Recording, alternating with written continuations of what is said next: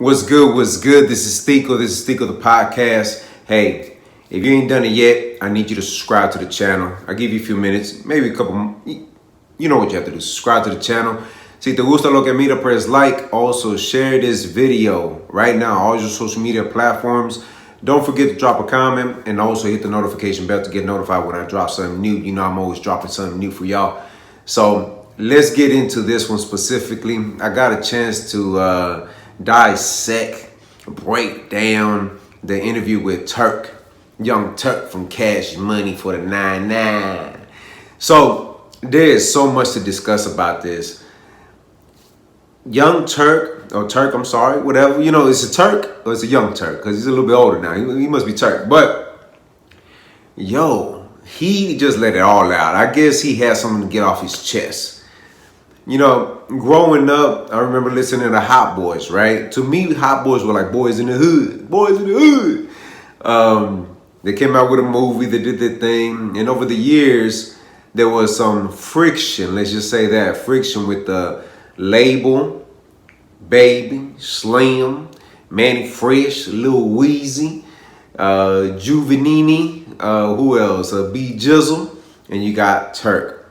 Now, let's dissect this, guys. Let's talk about this. Now, Turk had a lot to say, and it sounds like, you know, it's not about the money.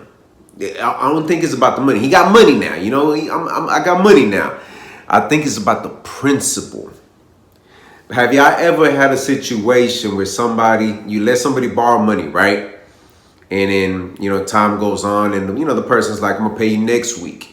And then next week becomes next month. And then, you know the story. It keeps going and going. And then after a while, me as a person, because I've been in this situation, I look at it like, it's not even about the money at this moment. It's about the principle, bruh. It's the fact that I let you borrow something out of kindness, out of my heart, thinking that you're gonna pay me back, but now you're just kind of abusing that you're taking my kindness for weakness. And I can understand where the frustration comes from. I understand in certain situations like Turk right now, he looking at like where everybody at. Everybody was reaching out to me. Everybody was saying what they had to say when I was locked up. But now where everybody at? And then if certain people are throwing my name out there, or they're using me as for clout, if I'm not part of the Hot Boys and I'm not part of that big movement that y'all love, what's up? It's all about the principle at this point. And I think that they weren't being direct him saying that, because he kept talking about money. But after listening to him, a few times, you start saying to yourself, it ain't about the money, it's about the principle. It's the fact that y'all using my name. I ain't getting no publishing. I ain't getting no I ain't getting nothing out of this. Or using my lyrics and thinking that it's okay. Like, y'all remember when Bruno Mars did that Don't Believe Me, Just Watch? Trinidad James was on that quick. We're like, oh, no, we ain't gonna do all this, player. We ain't gonna do this. This is the way we're gonna do it. Now, one thing I do want to talk about, the elephant in the room, like I always say, Lil Wayne, Gilly the Kid. Now, Turk says that Lil Wayne never had no kind of assistance of writing his music. He did all his music and he's been watching him ever since. But just remember, you were locked up for some time. So could I see Gilly helping out? Maybe, potentially. The reason why I say that, because Lil Wayne's structure of flow did change. And everybody goes through these changes. And sometimes you need a team to actually help you out. Did Gilly write an entire song? Probably not. But did he cater to it and say, hey, you know what? You could deliver it this way to make it sound like this. Potentially using the same lyrics that Lil Wayne has. Because as we all know, somebody could write lyrics, right? And I experienced this for myself, because my manager, Kundalini, RIP, I remember there was a point where I would write the lyrics, I would deliver the lyrics, and then he would go back and say, you could have done it this way. Same lyrics, but just a different flow to it. Does that mean that Gilly the Kid helped him write the music? No, it just means he told him, hey, let's structure it this way so it could sound like this. And then we seen that plenty of times. So I think we getting a misunderstanding on that sense. The writing part, who knows? You know, at the end of the day, I think Gilly. I'm not 100% sure, but I want to say he ended up trying to sue Cash Money for some reason. But hey, it is in the past. Water under the bridge. It looks like everybody making money, making that money. And now, Turk has a lot of great points in this interview. And I'm gonna put the link in my description so y'all can check it out. And Drink Champs, they got Turk talking. He's spilling the guts, you know. And he really talks about the growth as an individual, that he was a kid when he got in the game, and over time, you know, you start seeing the business. And he has a lot of good records apparently that have to go through the right chain of command. And the interview is very educated for a lot of independent artists. The reason why I say that is because you can learn from the fact of know your surroundings, right? Know who the people you're gonna work with. That's one. And second of all, don't always rely on somebody, you know?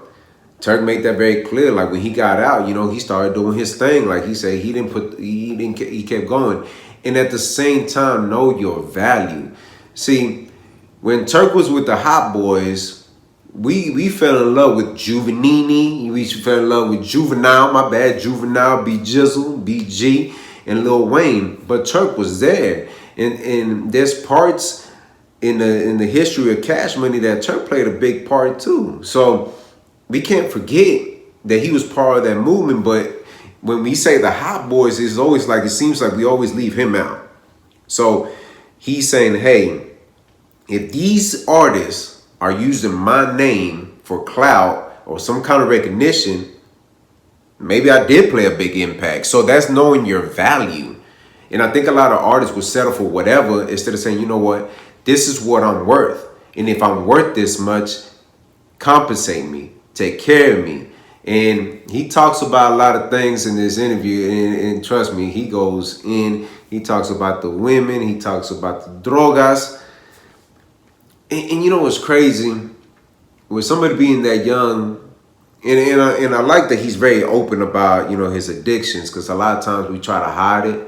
We try to hide the pain that so people don't have to see who we really are sometimes. But he talks about the addiction, right? And he talks about the, you know, the process of what happens where it leads to certain places. But going back to, like, before we, you know, going back is, where were the big homies? Where were the people looking out for him, you know? Because, hey, a certain specific type of drugs is something else. It's something else. One thing that got my attention was fake it till you make it. Fake it till you make it. He described the whole Big Timers cover, saying the Geneva watches, they weren't real, $40 this, and I was just like, we got hoodwinked. Because look, us looking at Cash Money, we always wanted to wear the pieces. We wanted to do this, do that. And we just wanted that, right? Because that's the image they put up. Every artist had a certain image. And I remember going back to my manager, he just told me he saw the Cash Money crew going into the studios and all this stuff here in Texas when they, you know, when they did features or whatever, or they came to the studios. But one of the things is like, it's all about perception. Thinking that you have something while really you don't. And Turk made it very clear, like, hey, look, that wasn't real Rolexes. That wasn't a bust down. It wasn't bling bling, it was blam blam, you know? Like, I was like, wow. But they made it to a certain point in their career. And now they could flaunt the jewelry, the ice and everything, because now it's real. Now Baby is the #1 stunner. So at the end of the day, you have to do what you have to do. Some people. And if it means fake it till you make it. And look, this ain't the first time I heard an artist say, I faked it till I made it, you know? Let's think about Drake. Drake acted like he had a specific car for so long, was paying a note on it for so long just to look like he had it. Hey, look, it all happens, y'all. sometimes you gotta fake it till you make it, and once you make it, then you can buy the real stuff. Get rid of the fake stuff and the green. It makes your wrist green, your neck green. You know what I mean. Y'all know what I mean. But when y'all get a chance, the link will be in my description. Y'all click it. The interview is pretty long. Just make some time for it. I make time for it. Hear pieces, but I finished the interview. Great interview with Turk. And y'all let me know, was Turk a key player to the movement of Cash Money, or he was just another artist under the umbrella of Cash Money? Y'all let me know in the comments. Also, subscribe to the channel, people. I'm telling y'all now, subscribe. And also, si te gusta lo que mira, press like. Share this video. That's the only way we get recognized. Share it on all your social media platforms. I'm talking about Facebook, Instagram, YouTube, Snapchat, whatever social media platform you use, share this video. Also, hit the notification bell to get notified. Don't forget to visit the website r2drec.com. And always remember, have peace in your heart, have faith, and never give up. All right, one.